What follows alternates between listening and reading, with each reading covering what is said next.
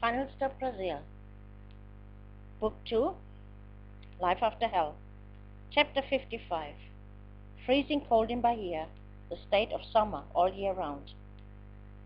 There was no reason to hurry home after work anymore.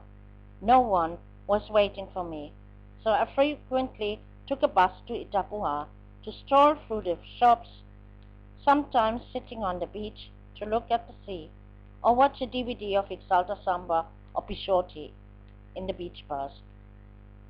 At home, I had no chance for it. After I got my salary paid, I looked around in some electronics stores for a cheap music player. However, with those prices, my desire dwindled, because for my wallet they had nothing.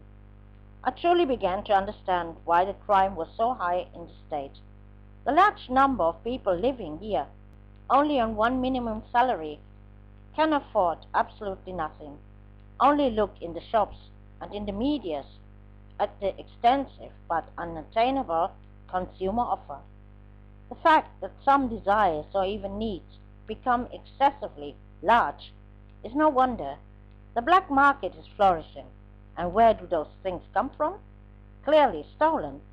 On the other hand, truckies are selling completely everything to have money for their next pipe, and when everything is gone, they steal it somewhere and sell it again. Hence, the low-paid get their stereos, plasma televisions, digital cameras, expensive cell phones, etc. A circle this government never gets a grip on, or don't even want to get a grip. I looked around in other shops and found exactly what I was looking for.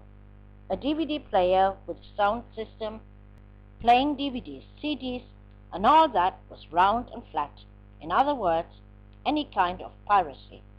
In addition, it had a radio and, most important, a USB connection. Meant I could plug in my MP3 and listen to samba for days. But even this device was too expensive for me. 300 reais. Before, I would have laughed at such a price. Now I felt more like crying. The seller offered me a discount for cash payment. Hence, I would be paying only 270 reais. It was an absolute bargain, as similar devices were costing between 400 and 700 reais. This time, I overcame my pride, and I asked Italva for help. I offered her and Icaro my digital camera as a pledge until the money was repaid. 2 days later, we met outside the store, and within a short time, I was again proud owner of a DVD player with sound system. Thankfully, I fell around Italva's neck. You're the best mom in the world, and I meant what I said. The music helped me a bit over the loss of Sampa. My situation was pretty bleak and hopeless. With a small salary, I could not afford anything, because it was all very expensive here in Salvador. No clothes, no dentist. I needed desperately. No purchases, just nothing. Since I was forced to make some necessary new acquisitions, like the mattress and some other things, I was already financially on the gums. So another month in which I could not go out again. I felt absolutely no motivation for my job, and would have liked to throw everything. But then what? My work was not appreciated in any way by my boss. I was only a woman. There was hardly anything to do for me, except keep placing the same selling ads for the hotel on the internet. I wasn't allowed to make any changes of the text, even though I had many ideas. My only joy was getting in touch with the people in the Orkut, the live chat with many new online friends, simply exchanging news with people because I had no one else. It did me good to read compliments, and recently I had regular contact with, of all, the trumpeter and saxophonist of Pichotti. I knew I had to be careful, because my off-duty activities didn't stay hidden to my boss, of course. Murillo, my colleague, warned me frequently. Rita, leave it during working hours. You'll get into trouble.